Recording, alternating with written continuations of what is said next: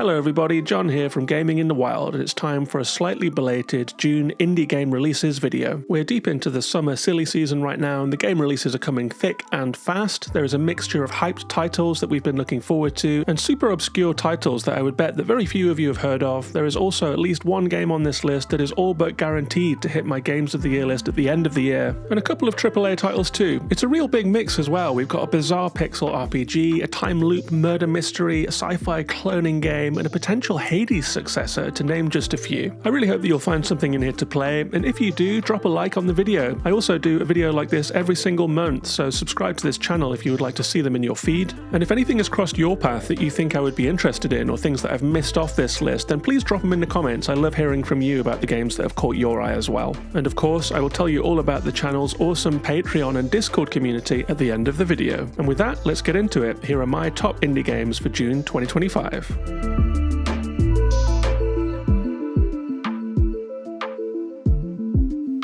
As we're a few weeks into June now, the first 4 games are actually out already. On the 3rd of the month, we got Kaodi by Outlander Games, a short, narrative-driven combat platformer in which you play Baron, a warrior who is heading home from war. He has taken part in a conquest over the Republic of Shan. I actually looked that up as I wasn't sure if it was a real place, and it looks like it is. It's in Myanmar, bordering on China and Thailand. And playing as Baron, we travel this war-torn country and see what war has done to the place. The game has a really sharp pixel graphic look with a monochrome palette that gives it an old, classic movie feel. And this really is an under-the-radar game. It has 0 reviews on Metacritic right now and only 6 user reviews. It's only $8, and I'm going to pick it up out of sheer curiosity. I like the style, I like the concept, I like the setting. You can check it out on Steam, and there is a demo too. That's Kaodi.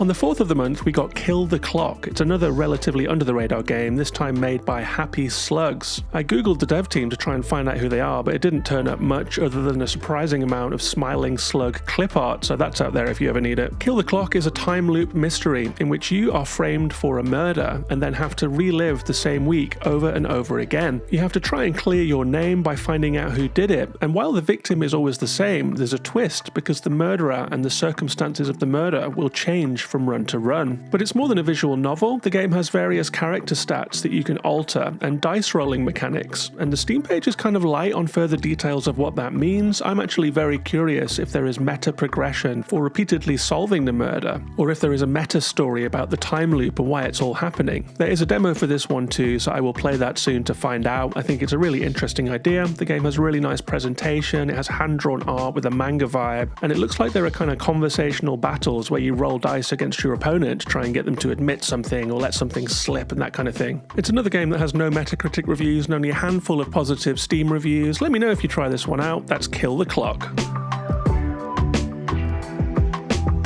And moving into games that you might have heard of right now, on the 4th we also got Deltarune Parts 3 and 4. Now this is a bit of a weird one. Deltarune is an episodic pixel RPG made by the creator of Undertale. It was actually started way back in 2012 before Undertale's release, and since then it has been released gradually with episodes going out in 2018, 2021 and 2025, and there are still more episodes to come. We don't even know how many episodes the final game will have at this point. It's described as a parallel story to Undertale, so it's not a prequel or a sequel, and it apparently uses some of the same characters in different settings, so it's maybe like a parallel timeline kind of thing. It keeps the aggressive or pacifist choice mechanic of the original game, and it has combat described by the devs as creative bullet-dodging battles inspired by games like Touhou and Chrono Trigger. I guess by now you'll know whether this one is for you or not. I have to say it took a while to untangle all of this to try and figure out exactly what this game is, so it's perhaps not the most accessible creation for newcomers, but with 9 out of 10 ratings from IGN and Games Radar and an overwhelmingly positive Steam rating with over 30k reviews, it's clearly doing something right. I might wait for the saga to conclude before dipping into this one, as I like to play things back to back, but if you want to check it out now, chapters 1 to 4 are out on Steam, Switch and PlayStation. Let me know in the comments if you've played them and if you think I should too. That's Deltarune.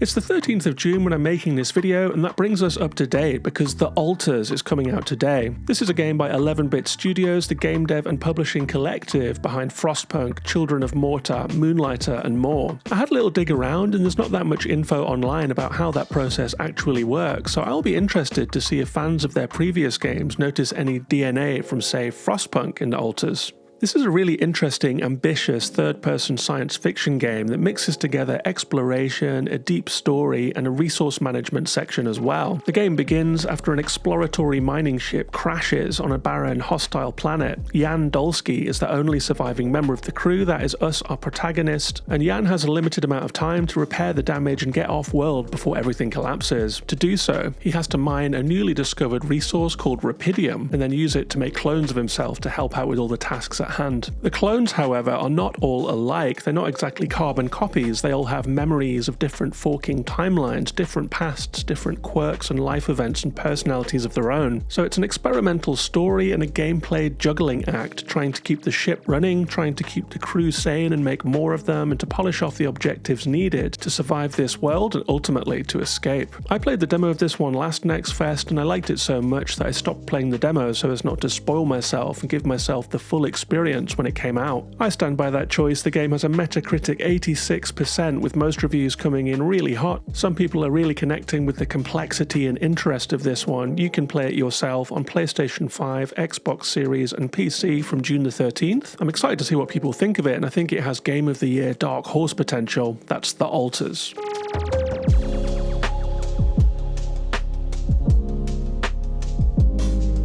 We also get 3 interesting games all on one day on the 17th of the month. First up is Date Everything. This is one for all you objectophiles out there. It's a dating sim in which you play a housebound person who forms romantic attachments with objects using a pair of magic tech glasses. It seems like a really funny idea that you could put on these glasses, look at objects, and then have their personalities come forth and start to get to know them and even romance them. Now, I'm sure you have many questions about this, most of which would probably be auto-modded in the comments, but the objects actually do manifest as people. For example, your dirty laundry might turn out to be a rumpled guy named Dirk, or your safe might turn out to be a dominatrix. And there are over 100 objects/people for you to date in this game. Once you've activated them, you can check in on them once a day, and as you work through your relationship with them and decide which direction it's going, you will get aptitude points, which unlocks further options for talking to objects/people across the board. So it seems like there's plenty of replayability in this game, as relationships can play out in different ways based on your choices and your priorities, and this seems to me like a game that is just destined to have a rabid fandom, so get ready for some thirsty art in your Blue Sky feed. There is a demo on Steam if you'd like to try it, and it's coming to PC and all the consoles on the 17th of the month. That's Date Everything.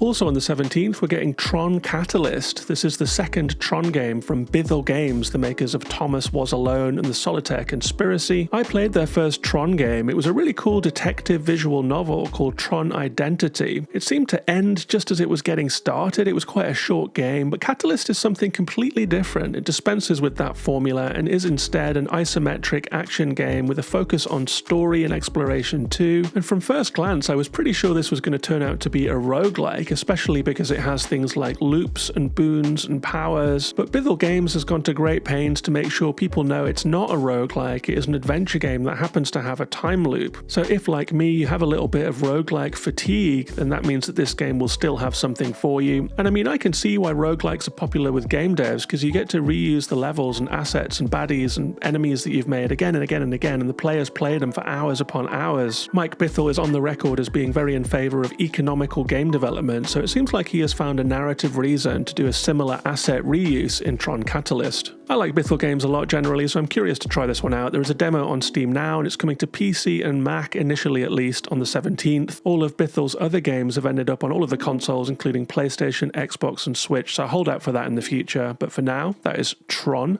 Catalyst.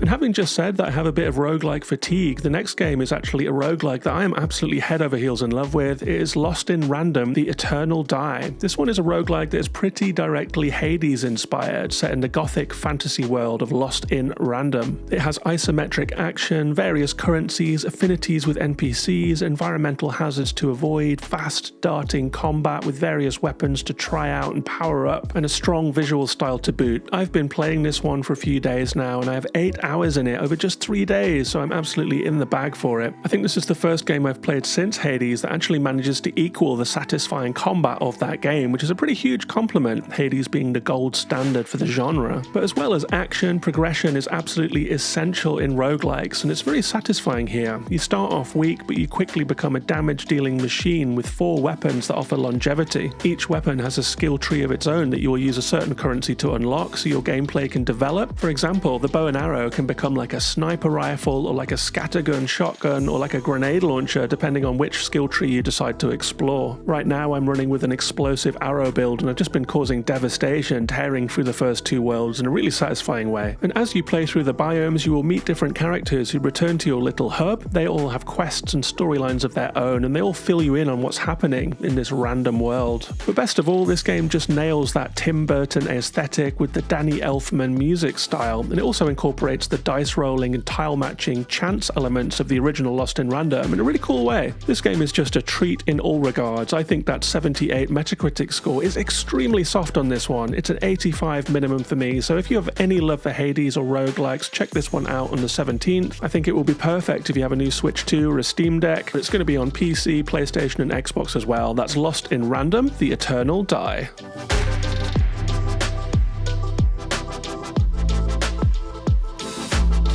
On the 19th, we get Rematch. This is a really interesting game. It's a football game, or soccer for our US friends, from the makers of Sifu. If you know Sifu, you will know that that's quite a big genre swerve to go from a martial arts game to a football game, but it does actually make more sense than it seems, because if you think about those rapid sequences of actions that you need to deploy in hand-to-hand combat, it's not that dissimilar to close control ball skills in football. Football requires pinpoint passing, nutmegs, perfectly timed challenges, and of course accurate strikes of the ball. And most football games to me end up feeling a little slow and cumbersome compared to the fluid, rapid, fast action, strategic reality of the live game. So I'm very curious to see how this game fares by comparison. I am personally an Arsenal supporter, so any game that can give me a Bukayo Saka-like experience on the field is a must play. So let's see if it's a hat trick or an own goal when it releases on PlayStation 5, Xbox Series and PC on the 19th.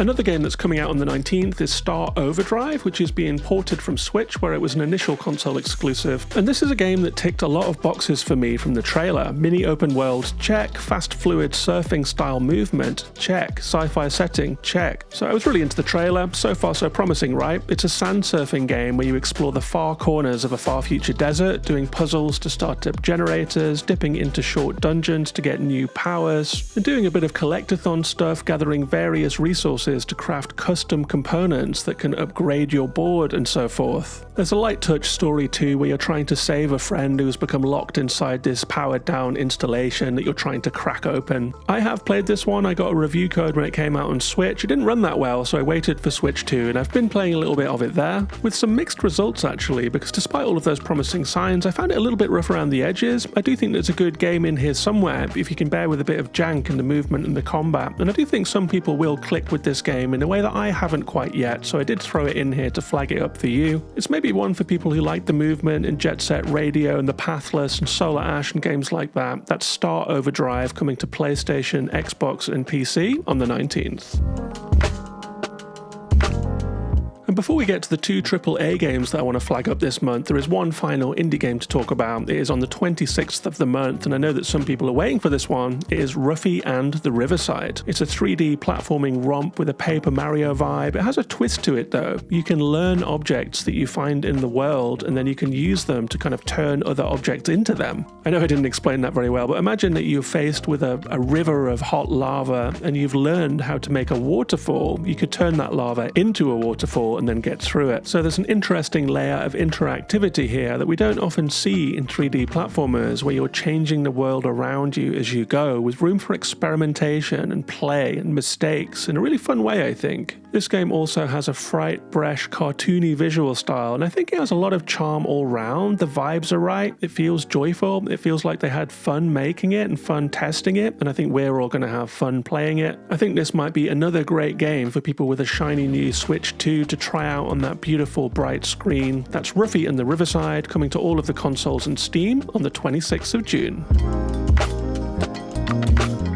We do have a couple more games to talk about, but before we get to them, I just wanted to say that if you're still watching at the 15-minute mark, you might just be the kind of person that would enjoy what I have to offer on Patreon. There is a wonderful community of over 120 people who support this channel and podcast on Patreon. I'm very lucky that it's such a smart, kind, intelligent, and dedicated to indie games set of people that have decided to support this podcast and form a wonderful community on the patron-only Discord. I like to think of it as like a chill, gated garden space that is safe from the rest of the gamer internet, which seems to be constantly on fire about one thing or another. You can hang out with like-minded indie game fans, share games that you're excited about, learn about the games that other people are excited about, take part in the single-sitting social club where we play one short game a month, find multiplayer people to hang out with in Rocket League or Mario Kart World. We also have events around Next Fest where we all share our demo ratings so we can help find the best stuff, and of course we have the Games of the Year Discord vote, which will be in a video at the end of the year. It goes from $1 a month up to $10 a month if you would like a thank you on every single video and podcast. So a big thank you to King Champ and Shy Guy, who are my boss tier patrons. A big thank you to you if that's something you would consider. It's patreon.com/gaminginthewild. And with that, let's move on.